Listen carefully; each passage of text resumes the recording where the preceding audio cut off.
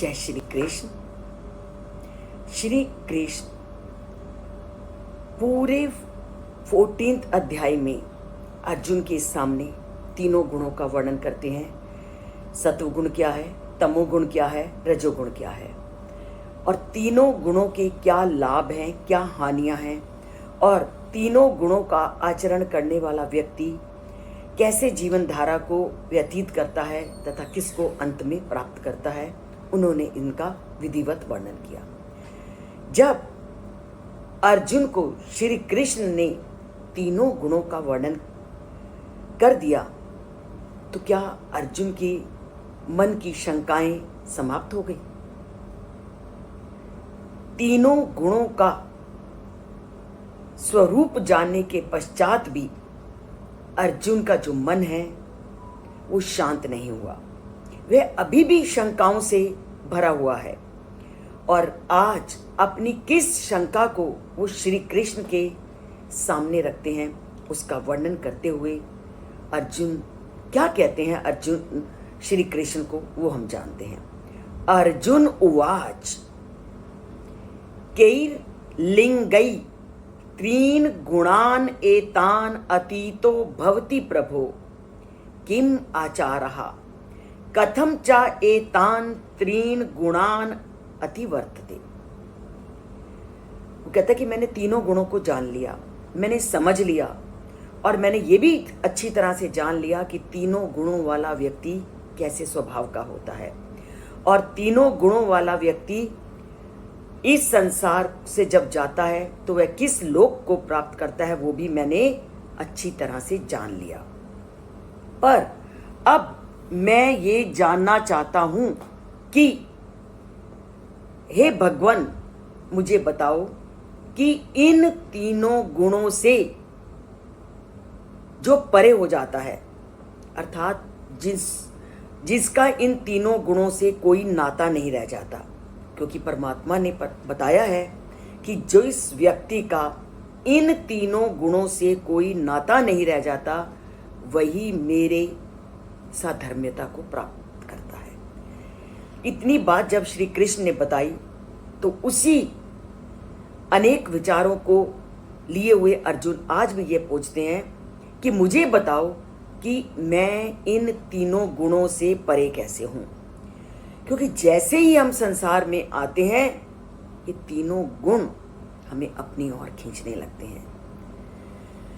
पहला उन्होंने प्रश्न किया कि मैं इन तीनों गुणों से परे कैसे हूं, और फिर उन्होंने पूछा और जो अगर मैं इन तीनों गुणों से परे हो गया हूं तो उसका लक्षण क्या है, और तीसरा प्रश्न उन्होंने पूछा कि किस प्रकार से गुणों के बंधन को हम पार कर सकते हैं। तो तीन प्रश्न अभी भी अर्जुन के मन में शंका को बनाए हुए हैं और वह परमात्मा के आगे अपनी मन की शंका को रखते हुए कहते हैं कि मुझे गुणों के स्वरूप के बारे में भी पता चल गया और मुझे यह भी पता चल गया कि जब तक हम इन गुणों से ऊपर उठेंगे नहीं तब तक हम जीवन के लक्ष्य को प्राप्त नहीं कर सकते।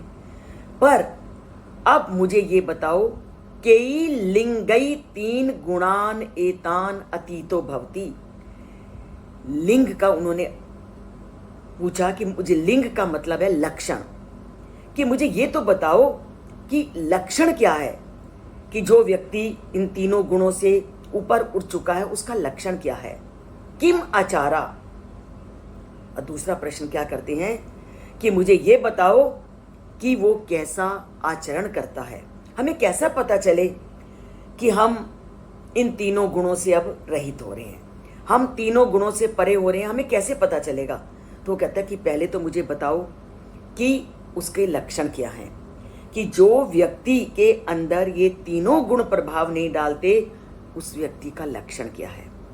और दूसरा वो कहते हैं मुझे ये बताओ कि जो व्यक्ति इन तीनों गुणों से जब अपना नाता जोड़ लेता है तो उसका व्यवहार कैसे हो जाता है।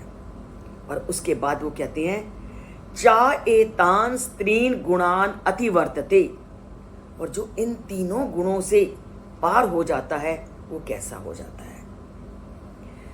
जब तक आप मुझको इस स्वरूप को नहीं बताएंगे तो हमें कैसे पता चलेगा कि हमारा इन तीनों गुणों से नाता हट चुका है और अब हम उस लक्ष्य की ओर जा रहे हैं जिसके लिए हमें ये शरीर मिला है। क्योंकि जब हम संसार में आते हैं ये तीनों गुण हमें प्रभावित करते हैं और हमें इन तीनों गुणों के बारे में भी पता है, पर कैसे हम इन तीनों गुणों से परे हो रहे हैं, अब मैं आपसे वो जानना चाहता हूं। और तीनों गुणों से जब व्यक्ति परे हो जाता है तो उसका व्यवहार कैसे होता है, और जब इन तीनों गुणों से व्यक्ति परे हो जाता है और बंधन को पार कर जाता है तो बंधन को पार करने वाली स्थिति कैसी होती है। तो मेरे मन में उठने वाले इन तीनों संशयों को हे परमपिता परमात्मा आप दूर कीजिए। और ये तीन संशय केवल अर्जुन के मन में ही नहीं उठते, अपितु हर उस व्यक्ति के मन में उठते हैं जो उस परम पिता परमात्मा को पाना चाहता है, जिसकी उस परम पिता को पाने के लिए जिसके अंतर मन में चाह है। जब चाह होती है तभी ये तीन प्रश्न मानव के मन में उठते हैं और उसके मस्तिष्क को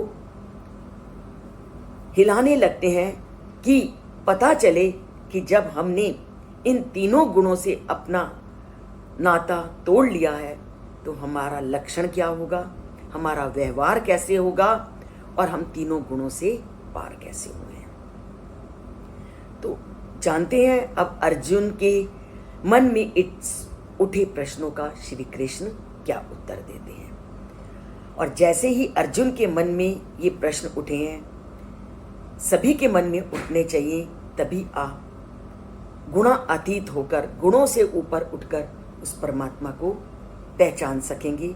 और उस परमात्मा को पहचानने के लिए आप उनके मुख से निकली इस गीता को अपना आधार मानिए, उस गीता को जीवन का लक्ष्य मानिए, तभी आप उस परमपिता परमात्मा के वचनों को आत्मसात कर सकेंगे, समझ सकेंगे और उसके अनुकूल अपनी जीवन धारा को चला सकेंगे। चलाते हैं उस परम पिता परमात्मा के मुख से निकली वाणी के अनुसार इस जीवन को, इस चैनल से जुड़कर।